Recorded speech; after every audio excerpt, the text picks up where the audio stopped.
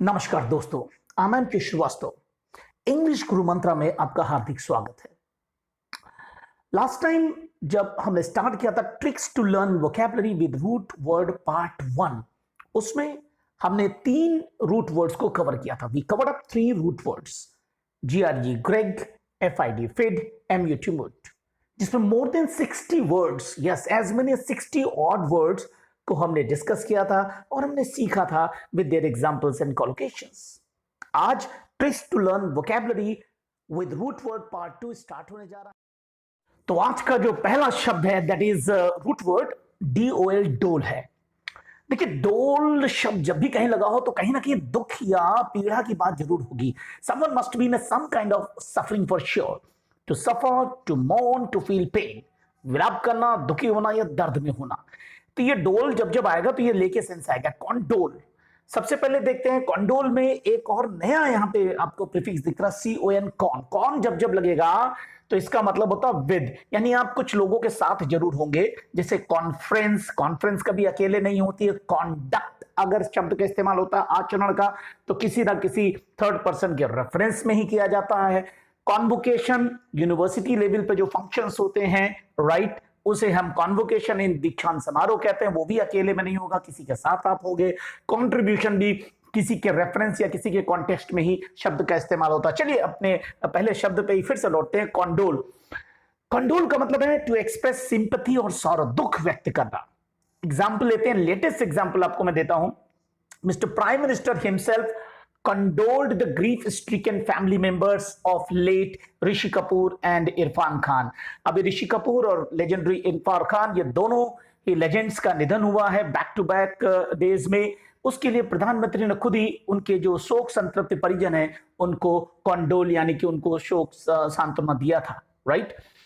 COMP, कॉम्प लिखा हुआ, इसका मतलब होता है कंपैरिजन करिए। नया शब्द देखिए आपको मिला, कॉन्डोन।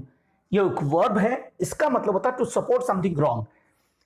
जब जब कंडोन शब्द आएगा तो इसका मतलब है किसी गलत बात का कोई समर्थन करेगा या गलत बात को वो सही ठहराएगा।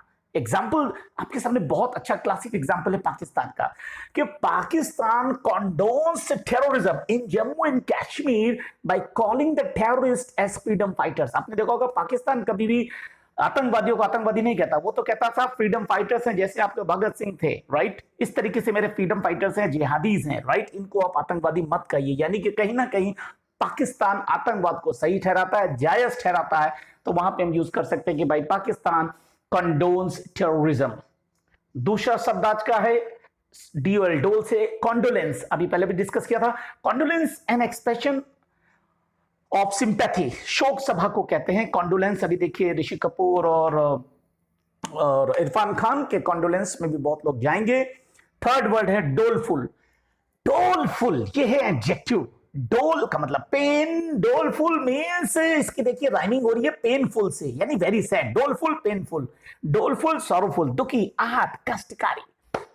इसके सिनोनिम्स होते हैं डोलोरस और डोलसम। एग्जाम्पल देखिए, she gave me a doleful look when her father caught her red-handed। जब उसके पिताजी ने उसको रंगे हाथों पकड़ लिया था तो उसने मेरी तरफ किस तरीके से देखा? she gave me a doleful look, उसने दुखी दृष्टि से मुझे देखा। that was called a doleful look।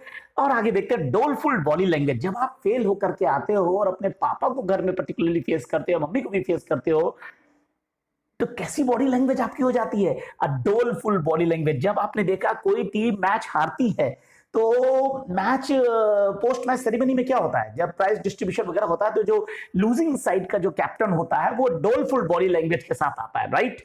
आप बहुत चीयरफुल तो नहीं होगा उस समय, ही विल बी डोलफुल। डोलफुल का मतलब है दुखी या निराश। चौथा शब्द पढ़ते हैं इसमें, इंडोलेंट। देखिए इंडोलेंट भी DOL, डोल आया है। ये एडजेक्टिव। इन का मतलब होता है नॉट, डोल का मतलब होता है pain. A person who takes no pain, he has to be lazy for sure. जो आदमी कोई पेन ही नहीं जिंदगी में लेना चाहेगा, कोई कष्ट ही नहीं लेना चाहेगा, तो कहता है ना नो पेन नो गेन, तो उसी तरीके की चीज है। तो वो तो कैसा हो जाएगा? हैबिचुअली लेजी हो जाएगा, हैबिचुअली आइडल हो जाएगा। तो इंडोलेंट पर्सन आलसी व्यक्ति को कहते हैं। जो इंसान बहुत आलसी होता है उसको इंडोलेंट कहते हैं, राइट। इसकी नाउन होती है इंडोलेंस। इंडोलेंस का मतलब होता है आलस। देखिए इसकी नेमोनिक्स, एम जो ब्रैकेट में इसका मतलब है नेमोनिक्स, जो अपनी जगह से ना डोले या डोले ही नहीं, वो है इंडोलेंट। इंडोलेंट जो ना डोले, इंडोलेंट जो ना डोले। She is an indolent girl, वो बहुत ही आलसी लड़की है। Always tries to shirk off her duties. Shirk off का मतलब होता है काम से मुंह चुराना, यानी काम ना करने के बहाने वगैरह करना, that is called shirking off. So she is an indolent girl, always tries to shirk off her duties. वो बहुत आलसी लड़की है, जब जब उसकी ड्यूटी करने की कोई बारी आती है तो कोई ना कोई मुंह चुराती है काम से, या कोई ना कोई बहाना लेकर के आ जाती है, राइट। एक और आगे देखते हैं, एग्जाम्पल लिखा है, I am fed up with your indolence, मैं तुम्हारे आलसीपन से ऊब गया हूं। तो ये तो अभी शब्द हमने कवर किए DOL, डोल से। आज का जो नेक्स्ट रूट वर्ड है दैट इज CRED, क्रेड। क्रेड, जब जब क्रेड शब्द का इस्तेमाल होगा तो इसमें बिलीव या रिलायंस, फेथ की बात जरूर होगी, विश्वास, भरोसा या यकीन की बात जरूर होगी। सबसे पहला शब्द देखते हैं इसकी लिस्ट में है क्रेडिट। क्रेडिट तो आपने सुना ही होगा, इसमें देखिए CRED, क्रेड लगा है। क्रेडिट, क्रेड का मतलब बिलीव, इट का मतलब बिलीव इट। जैसे क्रेडिट कार्ड्स होते हैं, क्रेडिट कार्ड्स उन्हीं को इश्यू किया जाता है जिनके ऊपर इशुइंग अथॉरिटी को बिलीव होता है कि हाँ भैया ये इसका हमको रिपेमेंट भी करेगा अगर इसका वो यूज करेगा तो। क्रेडिट लिमिट देखिए बैंक्स के द्वारा दी जाती है बिजनेसमैन को, कि भाई आपको ठीक है आपके बैंक खाते में इतना पैसा नहीं, लेकिन हम आपको क्रेडिट लिमिट देते हैं, आपको एक उधार के रूप में आपके अकाउंट में पैसा पड़ा रहेगा, आप चाहें तो आप इसको यूज कर सकते हैं, उसके बदले में आप मुझे ब्याज देंगे, लाइक दैट। तो ये हो गया क्रेडिट लिमिट। दूसरा शब्द है क्रेडिटेबल, ये एडजेक्टिव है। क्रेड का मतलब बिलीफेबल, राइट, कैन बी बिलीव्ड, विश्वास किए जाने योग्य। जैसे क्रेडिटेबल मैन, जिस इंसान पे आप विश्वास कर सकते हो वो क्रेडिटेबल मैन हो गया, यानी ट्रस्टवर्दी मैन हो गया। क्रेडिटेबल प्रॉमिस, एक ऐसा प्रॉमिस जो आप जिस पर विश्वास कर सकते हो, that is called creditable promise. जैसे अब कोई कहे कि आपके खाते में 15 लाख रुपए आ जाएंगे और आपके खाते में नहीं आया, ठीक है, तो अगली बार अगर वो इंसान कोई आपको प्रॉमिस करेगा तो वो इंसान आपके लिए क्रेडिटेबल नहीं होगा, ना ही उसका प्रॉमिस क्रेडिटेबल होने जा रहा है। क्रेडिटेबल एश्योरेंस क्या होता है? आश्वासन। क्रेडिटेबल स्कीम, ऐसी योजना है जिस पे आपको विश्वास हो सकता है, राइट। एडवर्ब है creditably. China has not, example देखते हैं, China has not manifested the cause of कोविड-19 creditably to the entire world. China ने, मैनिफेस्ट का मतलब बताना, दर्शाना, चाइना ने दुनिया को कोविड-19 जिस तरीके से फैला क्रेडिटेबली पिक्चर दुनिया के सामने नहीं रखी, यानी हम लोगों को विश्वास नहीं होता whether it was originated there in the lab और it just happened by mistake और what, we do not know the credibility of the statement of Chinese government. Third word है creditor. Creditor is a person और a firm और an authority who lends money, जो आपको उधार देता है वो क्या होता है? क्रेडिटर। चौथा शब्द देखते हैं, बहुत इंपॉर्टेंट है, accredit. Accredit is a verb, इसका मीनिंग देखते हैं, to put trust in, to certify someone और समथिंग। अक्रेडिट का मतलब है किसी चीज को आप सिक्योरिटी देंगे, किसी चीज को आप मान्यता देंगे, राइट। जैसे एग्जांपल देखते हैं, the government of India has accredited this hospital. अगर गवर्नमेंट ऑफ इंडिया ने किसी अस्पताल को अक्रेडिटेड कर दिया, यानी कि जितनी भी वहां पे सुविधाएं होने जा रही हैं वो सब एक प्रकार से एफिलिएटेड है by the government concern, right. जो भी सरकार है अगर उसने उसको अक्रेडिट कर दिया, इसका मतलब वो मान्यता प्राप्त है, सरकारी संस्थान हो गया या स्वीकृति प्रदान किया हुआ संस्थान हो गया, इलीगली रन हॉस्पिटल वो नहीं रहेगा, राइट। अक्रेडिटेड न्यूज एजेंसी, बहुत सारी खबरें आती है ना, आपको न्यूज मिलती रहती है दिन पे दिन, है बहुत सारी रूमर्स भी आती हैं, तो कुछ ऐसी, जैसे व्हाट्सएप पे आप देखते हैं ना, बहुत सारी फर्जी खबर आ जाती है, फेक न्यूज आ जाती है, तो वो फेक न्यूज जो भी आती हैं वो अक्रेडिटेड एजेंसी से नहीं आती हैं, फेक एजेंसी से आ जाती हैं। और ऐसे ही बहुत सारी न्यूज एजेंसीज होती हैं जो INS यानी कि इंडियन न्यूज़पेपर सोसाइटी, ये सबसे बड़ी संस्था है न्यूज़पेपर की भारत में। एन INS अक्रेडिटेड एजेंसी, यानी कोई भी न्यूज एजेंसी जो INS अक्रेडिटेड है, आपको उस पर बिलीव कर सकते हैं, उस पर विश्वास कर सकते हैं, वो फर्जी नहीं होने जा रही है। पांचवा शब्द इस लिस्ट में डिस्क्रेडिट। डिस्क्रेडिट का मतलब होता है, डिस का मतलब नॉट, और क्रेड का मतलब बिलीव, जिस पे आपको बिलीव ना हो वो है डिस्क्रेडिट आप उसको कर देते हैं, उसको विश्वास नहीं करते। जैसे China has discredited its image world wide after the outbreak of corona virus from Wuhan. अब चाइना की जो इमेज थी दुनिया में बहुत अच्छी तो नहीं थी अगर आप इंडियन कॉन्टेक्स्ट में देखें, लेकिन हाँ जो भी इमेज थी उसको उसने डिस्क्रेडिटेड कर दिया है। अब लोग उस पर उतना ज्यादा विश्वास नहीं करते हैं। अगला शब्द है नंबर 6, क्रेड्यूलस। क्रेड्यूलस एक एडजेक्टिव है जिसका मतलब है विलिंग टू बिलीव, रेडली। इसमें देखिए देखिए मेन चीज क्या है, रेडली। रेडली का मतलब बिना सोचे समझे, विदाउट गिविंग अ थॉट, और कोई किसी पे विश्वास कर ले, किसी के ऊपर तुरंत विश्वास करने वाले व्यक्ति को हम कहते हैं क्रेड्यूलस पर्सन, राइट। इसी इंसान को हम गुलेबल भी कहते हैं, राइट। जैसे इससे कहिए कि भैया देखो एग्जांपल ही आप देख लीजिए सीधे, he is deceived everywhere because of his credulous nature. वो जहां भी दुनिया में जाता उसको ठग लिया जाता because of his credulous nature. Credulous nature कैसे होता है कि जो भी किसी ने कहा उसकी बात को तुरंत मान गया। कौआ कान ले गया तुम्हारा, भगा कौवे के पीछे without judging his own years. तो यह इंसान कहलाता है क्रेड्यूलस। नेक्स्ट देखिए इसकी नाउन है क्रेड्यूलिटी, अ विलिंगनेस टू बिलीव इजिली। किसी के ऊपर विश्वास करने की जो इच्छा शक्ति होती है ना, दैट इज कॉल्ड क्रेड्यूलिटी।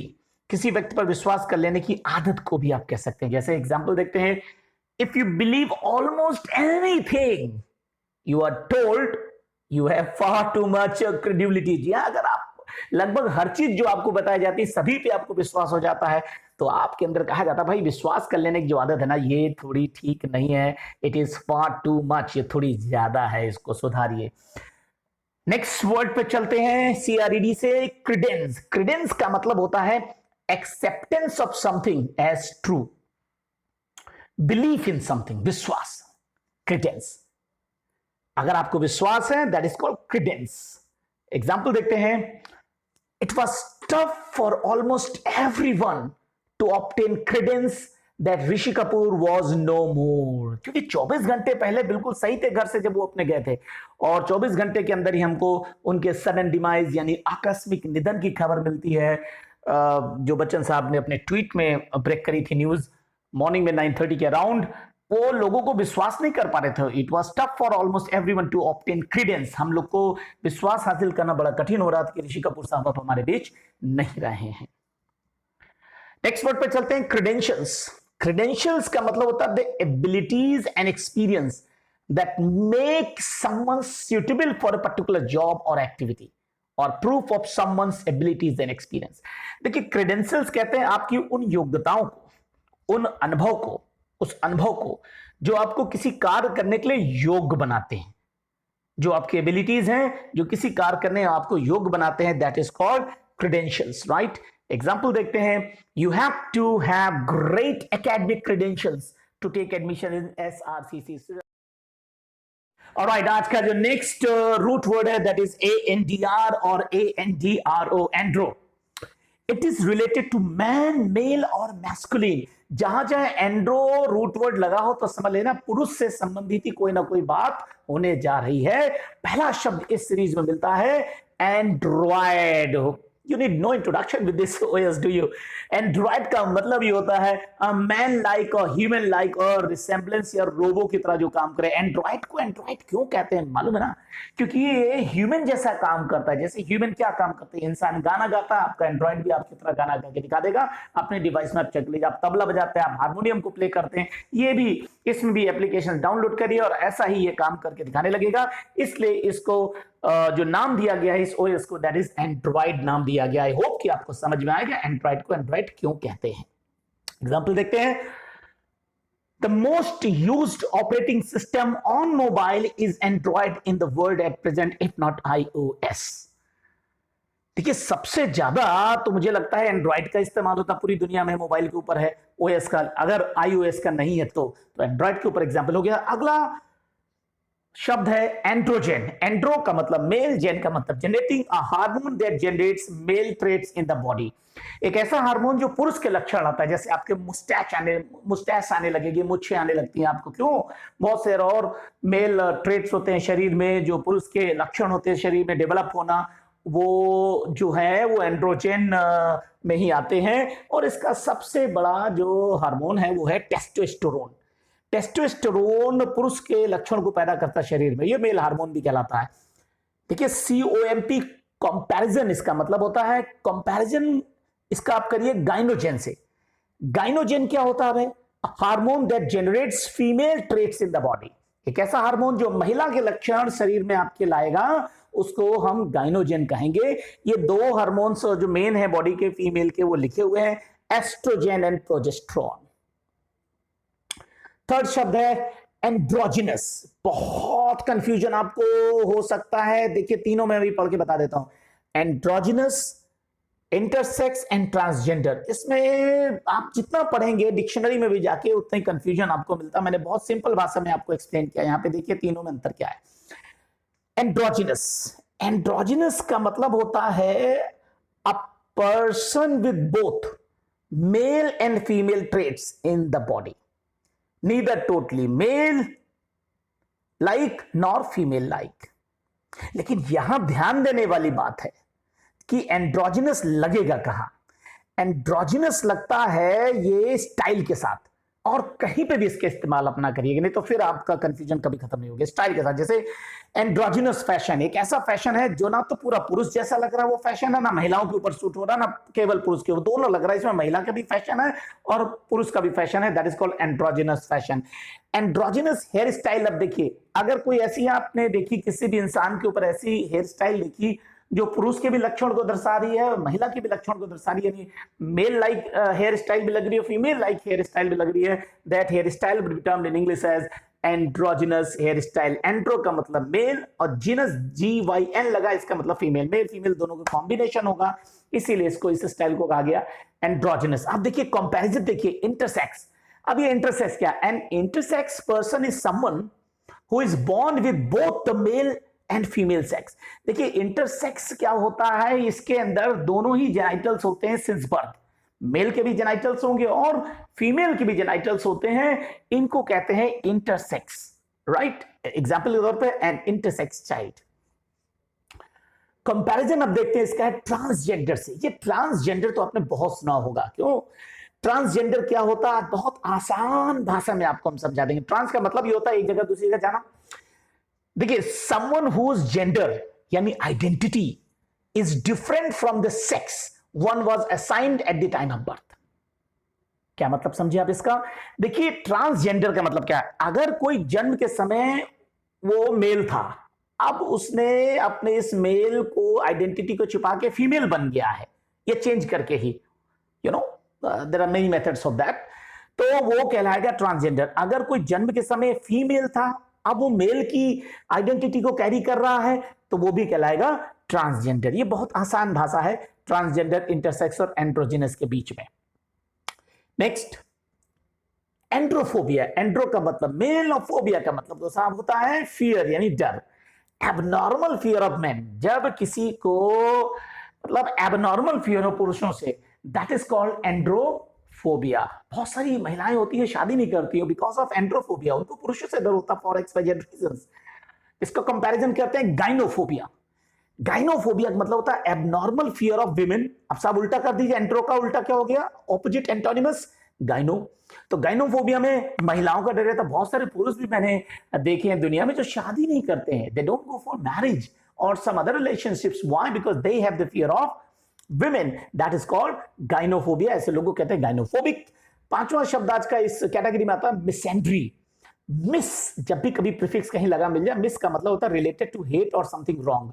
कुछ गलत होने जा रहा वहीं पे लगता है, जैसे मिस्टेक, गलती, मिस स्पेल्ड, जहां स्पेलिंग गलत। मिस का मतलब क्या होता है? कहीं ना कहीं रॉन्ग कुछ हो गया। तो ये मिसेंड्री का मतलब होता है हेट्रेड ऑफ मेन। मिसेंड्री में आपको पुरुषों से घृणा होने जा रही है, राइट? वहां फोबिया था, यहां घृणा है।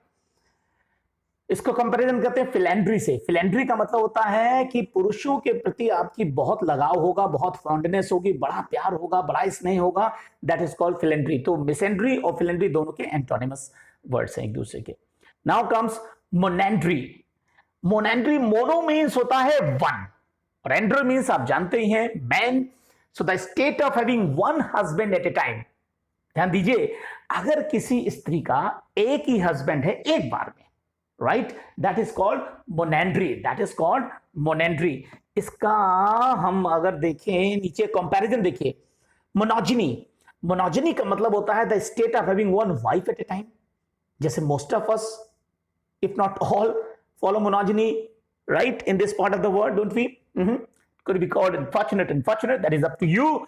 monogamy, देखिए इसका कंपैरिजन करिए मोनोगेमिस्ट से या मोनोगमी से। दैट ये जो मोनोगमी या मोनोगमिस्ट हैं ये मेल और फीमेल दोनों के लिए लगता है। अगर आप एक शादी करते हैं, राइट, एक शादी पे विश्वास करते हैं तो वो मोनेंड्री भी कहला सकता है या मोनोजिनी भी कहला सकता है, लेकिन फिर वो मोनेंड्री पुरुषों के साथ लगेगा और मोनोजिनी महिलाओं के साथ लगेगा, लेकिन कॉमन वर्ड चाहिए, दैट इज कॉल्ड मोनोगमी।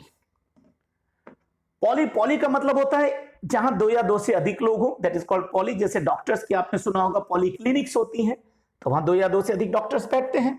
तो पॉली, पॉलीटेक्निक उस संस्थान का नाम जहां दो से ज्यादा टेक्निक्स आपको सिखाई जाती है, टेक्नोलॉजी सिखाई जाती हो, दैट इज कॉल्ड पॉलीटेक्निक। या पॉलीएंड्री क्या है देखते हैं, the state of having more than one husband at a time. Polyandry, A N D लग गया तो फिर हस्बैंड की बात होने जा रही, ध्यान रखिएगा, राइट। पॉलीएंड्री का मतलब होता है एक समय पर एक पति को रखना, इस सिस्टम को कहते हैं पॉलीएंड्री। कंपैरिजन करिए पॉलीजिनी का मतलब, पॉलीजिनी क्या हो गया, पॉलीएंड्री का ऑपोजिट हो गया, जी वाई एन लग गया, उल्टा हो गया ए एन डी से। The state of having more than one wife at a time, इसका मतलब होता है एक बार में सिर्फ आपकी एक ही पत्नी है, that is called polygyny. Comparison करिए पॉलीगेमी से, polygamy it applies to both the genders for having more than one spouse at a time. Polygamy का मतलब होता है एक ऐसी परंपरा, ऐसी संस्था जिसमें हम एक से ज्यादा पति या पत्नी रखते हैं, that is called polygamy, right. देखिए इसमें स्पाउस शब्द का इस्तेमाल हुआ है, स्पाउस का मतलब होता है हस्बैंड या वाइफ। यानी अगर कहीं पे अगर हम बात करें सीता जी के स्पाउस कौन थे तो आप राम जी बोलोगे, हम बोले राम जी के स्पाउस कौन थी तो बोलोगे Sita ji, like that. Sibling का मतलब क्या होता है, ब्रदर या सिस्टर। बहुत सारे इंटरव्यूज में पूछा जाता है how many siblings are you या how many siblings do you have, तो वहां समझ जाइए आपके भाई या बहन की वो बात करने जा रहे हैं, राइट। इसके ऊपर एक बढ़िया सा टर्म भी है सिबलिंग राइवरली। राइवरली का मतलब होता है प्रतिस्पर्धा। आपने देखा है कि भाई इरफान पठान और यूसुफ पठान दोनों भाई थे, राइट, और दोनों ने क्रिकेट खेला भारत के लिए। अब इनके बीच में जो पारस्परिक प्रतिस्पर्धा होती है, राइवरली होती है, काइंड ऑफ कॉम्पिटिशन होता है, उसको कहते हैं सिबलिंग राइवरली। ये आपको बॉलीवुड में देखने को मिला होगा, करीना और करिश्मा कपूर के बीच में, ऑल दैट। ओके, अगले शब्द की तरफ मूव करते हैं, फिलेंडरर। फिलेंडरर, फिल का मतलब लव, एंडर का मतलब man, a man who has relationship with many women. यहाँ पे I think you all understand कि रिलेशनशिप फिजिकल होने जा रही है। A man who has relationship with many women, that is called philanderer. अय्याश, आप इसको कह सकते हैं फिलेंडर को, अय्याश किस्म का आदमी है। सिनोनिम देखते हैं, लेक्चरस पर्सन, ये इंसान का कोई कैरेक्टर नहीं होता, right, he is no character. इसमें अगला शब्द है विमेनाइजर। विमेनाइजर भी वही इंसान होता है जो एक से ज्यादा महिलाओं के साथ फिजिकल रिलेशनशिप्स बनाता है, लेकिन ये विमेनाइजर जो होगा ना, ये मैरिड होना चाहिए भाई। अगर कोई अनमैरिड पर्सन है who has relationship with more than one individuals, right, तो वो वुमेनाइजर नहीं कहलाएगा। वुमेनाइजर के लिए one has to be a married person, right. Womanizer का एंटोनिमस वर्ड है scrubber. If married women has relationships with many men, तो वो वहां पे कहलाएगी स्क्रबर। यानी वुमेनाइजर अप्लाइज टू मेन और scrubber applies to women, right. Okay, तो ये तो था, आपको हमने आपको दिया है ये वर्ड एंड्रो से। एंड्रो से संबंधित जितने भी शब्द थे वो आपको भी डिस्कस कर दिए हैं। Alright, so here we come to the end of the video. Tricks to learn vocabulary with root words part 2. इस वीडियो में आपको more than 50 words just 25 minutes में, यानी हाफ अ मिनट में आपको एक वर्ड डिस्कस किया गया है with examples and collocations. I hope आपको हमारे इस वीडियो एडिशन पार्ट 2 में बहुत सारे नए वर्ड सीखने को मिले होंगे, और उससे भी ज्यादा इंपॉर्टेंट चीज कि आपको एक मेथड मिला होगा कि किस मेथड के साथ इन वर्ड्स को आपको दिमाग में याद रखना है, रिटेन रखना है। इस लॉकडाउन में आपकी प्रिपरेशन और कॉन्फिडेंस डाउन नहीं होना चाहिए, इसलिए अपनी पढ़ाई को कंटिन्यू रखें। और हाँ, आप हमारा कॉन्फिडेंस भी बढ़ा सकते हैं इस वीडियो को लाइक और सब्सक्राइब करके। और ज्यादा से ज्यादा लोगों को शेयर भी करिए, जिनको आपको लगता है कि इस जानकारी की जरूरत हो सकती है, उनको जरूर हेल्प करिए और शेयर करिए। Now, I am M. K. Srivastava signing off now from English Guru Mantra channel. Stay at home, stay safe. That's the message at last. Goodbye for now.